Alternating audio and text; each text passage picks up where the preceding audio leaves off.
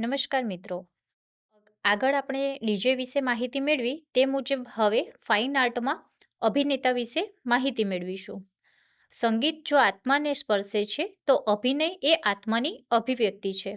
અભિનયનો અર્થ થાય છે પાત્રોને પ્રેક્ષકો સુધી દોરી જવું.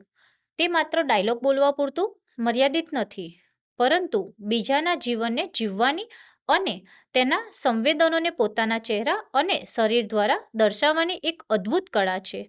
આજના ગ્લેમર અને મનોરંજનના યુગમાં અભિનય એ માત્ર શોખ નથી રહ્યો, પણ એક પ્રતિષ્ઠિત કારકિર્દી બની ગઈ છે.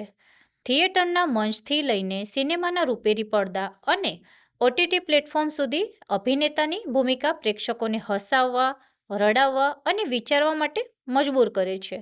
એક સફળ અભિનેતા બનવા માટે માત્ર દેખાવ નહીં, પણ કઠોર પરિશ્રમ, સંયમ અને સતત શીખવાની વૃત્તિ અનિવાર્ય છે. અત્યારના મોડર્ન યુગમાં મોટાભાગના લોકોને મનોરંજન માટે TV serials, OTT, web series, program, reality show વગેરે જોવાનું ખૂબ પસંદ કરે છે. તો આ ક્ષેત્રમાં જેઓ કામ કરે છે તેને અભિનેતા કહે છે. રંગમંચમાં પણ ઘણા કલાકારો પોતાના અભિનયથી લોકોને ખુશ કરી દે છે. તમે ટીવી સિનેમાની અંદર ઘણા દિગ્ગજ કલાકારો જોયા હશે, જેમ કે સુશાંત સિંહ રાજપૂત હતા, જેમણે એન્જિનિયરિંગનો અભ્યાસ કરતાં કરતાં અભિનય ક્ષેત્રે પોતાનું નામ આગળ વધાર્યું હતું. તે જ રીતે રાઘવ જુયાલ, જે એક ડાન્સર છે, એક એન્કર છે, તેમાંથી તેઓ અત્યારે ટીવી અને સિનેમાની અંદર સારી એવી એક્ટિંગ કરી રહ્યા છે. તે જ રીતે સાઉથ ઇન્ડસ્ટ્રીના નામચીન હિરોઈન સાઈ પલ્લવી, શ્રીલીલા, અદિતિ શંકર વગેરે હિરોઈનો પણ ડોક્ટર બન્યા પછી પણ અભિનય ક્ષેત્રમાં પોતાના આગવી ઓળખ ઊભી કરી છે. તો મિત્રો, તમારી અંદર પણ જો અભિનય કરવાની કુશળતા હોય તો આ ક્ષેત્રમાં તમે આગળ વધી શકો છો. તો ચાલો મિત્રો, આજે આપણે અભિનયમાં કારકિર્દી કેવી રીતે બનાવી શકીએ તેના વિશે માહિતી આપણે મીનાબેન પાસેથી મેળવીશું.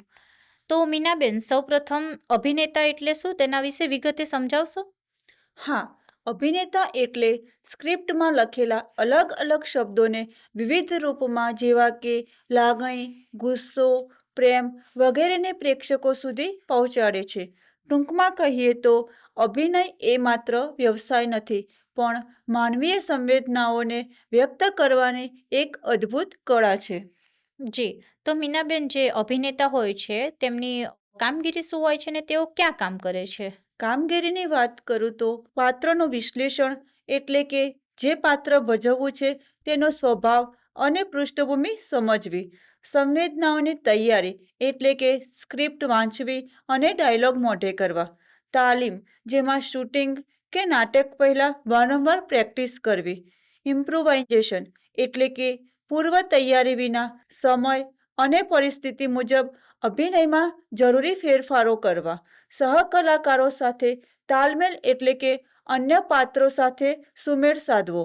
અને તેમના કાર્યસ્થળની વાત કરું તો ચલચિત્રો, એટલે કે ફિલ્મો, જે બોલિવૂડ, હોલિવૂડ કે પ્રાદેશિક ફિલ્મો, ટેલિવિઝનમાં ટીવી સિરિયલો અને રિયાલિટી શો, થિયેટર, નાટકની અંદર સ્ટેજ પ્લે અને લાઇવ પરફોર્મન્સ, વેબ સિરીઝમાં જેમ કે નેટફ્લિક્સ, એમેઝોન પ્રાઇમ વગેરે જેવા પ્લેટફોર્મ્સ કરવા. જાહેરાતો કે ટીવી કોમર્શિયલ અને બ્રાન્ડ એન્ડોર્સમેન્ટમાં કામ કરી શકે છે. જી, તો અભિનેતા બનવા માટે જરૂરી વ્યક્તિગત ગુણો કેવા હોવા જોઈએ? જરૂરી વ્યક્તિગત ગુણોમાં શક્તિ અવલોકન, એટલે કે આસપાસના લોકોના વ્યવહારને બારીકાઈથી જોવું. એકાગ્રતા અને ધીરજ, એટલે શૂટિંગમાં કલાકો સુધી રાહ જોવાની ક્ષમતા હોવી. સ્મરણ શક્તિ, એટલે લાંબા સંવાદો યાદ રાખવાની શક્તિ. શારીરિક અને માનસિક તંદુરસ્તી, એટલે વિવિધ ભૂમિકાઓ માટે શરીરને ઢાળવાની તૈયારી. વિકાસ સ્વીકારવાની ક્ષમતા, એટલે દિગ્દર્શકની સૂચનાઓ મુજબ સુધારો કરવો. જી, મીનાબેન, એક પ્રશ્ન થાય છે કે અભિનેતા જે હોય છે એ બનવા માટે શૈક્ષણિક લાયકાત અને તેની ભરતી પ્રક્રિયા વિશે પણ થોડું જણાવશો? હા, શૈક્ષણિક લાયકાતમાં કોઈ પણ વિદ્યાશાખામાં ધોરણ 12 પૂર્ણ કરવું, કોઈ ચોક્કસ ડિગ્રી ફરજિયાત નથી, પણ સ્નાતક હોવું